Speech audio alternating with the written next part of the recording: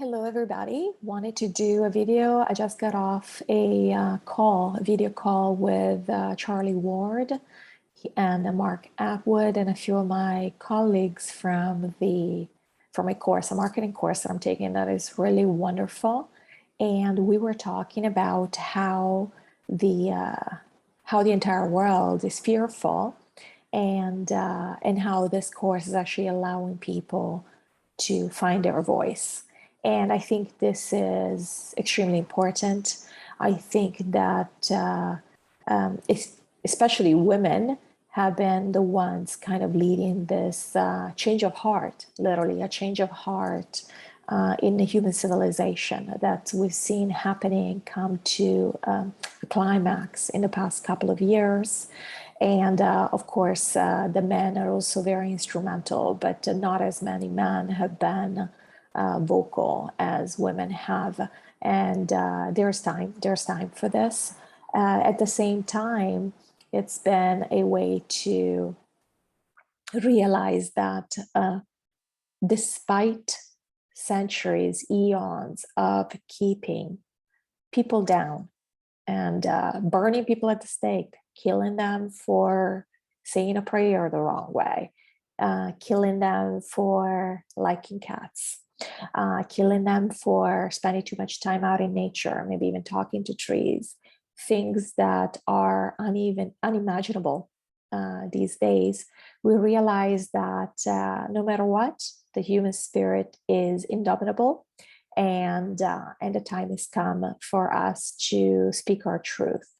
There are many people in the world, well, most people in the world right now are terrified of what's happening. But the point that I made in a previous video, that a lot of it's not about the fear that's being caused right now. It's what the propaganda right now is leveraging, fear that's built within us. There is this basic existential fear that has been drilled into us over lifetimes and generations. And this fear is now finally coming to the surface so we can individually look at it. Because this is not about other people. This is about you. How do you feel? And if you feel a certain way, why is that? Where is this fear coming from? A lot of times, fear is so powerful because we don't name it. It's a vague feeling of discomfort and even terror that can grip us, and we are afraid of even looking at it. But if you don't look at things, you don't know what they are, for the simple reason that if something is happening in front of you and you tend, and you're looking at someone else and you see it out of your field of vision, you're not going to be able to define it. And it is important to define fear.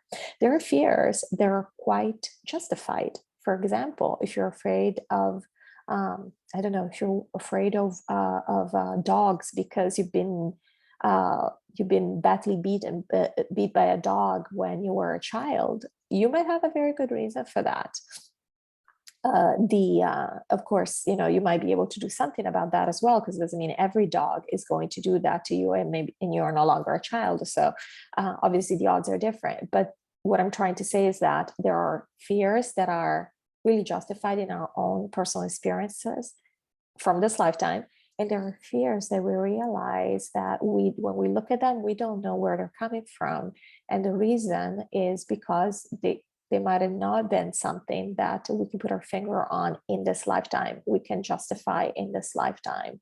Especially those fears need to be looked at, because some of these fears, the moment that you name them and you have the guts to say, I'm afraid, they will disappear just like that. Awareness, I've actually written an ebook about this, and specifically I was looking at how to get your power back for good.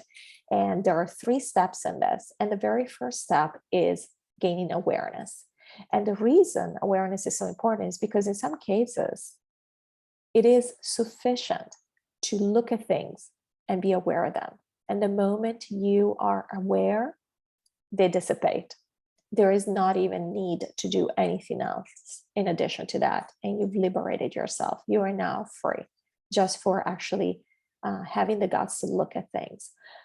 There are even in leadership books and in performance books ways that they tell you how to deal with these fears. For example, Tim Ferriss, who is the author of the 4-Hour Work Week, he talks about the fact that the way that he handles his own fears is by making a list of the worst case scenario. So he'll say, this is the worst thing that can happen. And then he kind of gives it a probability, saying, okay, but what are the chances that the world is going to end, or whatever his worst case scenario? And I apologize, that's my cat's tail on the camera.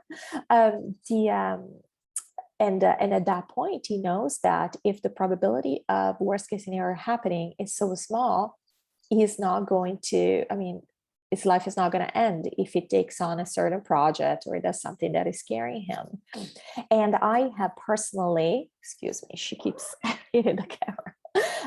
I personally use a method where I build fearlessness as a muscle. And what I mean by that is that I make it a point to do things that make me nervous or scared on the regular. I tend to do new things all the time, and even things that I didn't think that I don't expect to be good at, or that, as I said, make me nervous maybe. Like, for example, walking in high places, or whatever might make me nervous. You would have your own list. And my cat loves being on camera.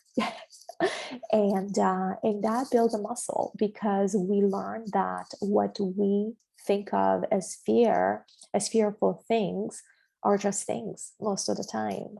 So it's a matter of teaching yourself that just because you have this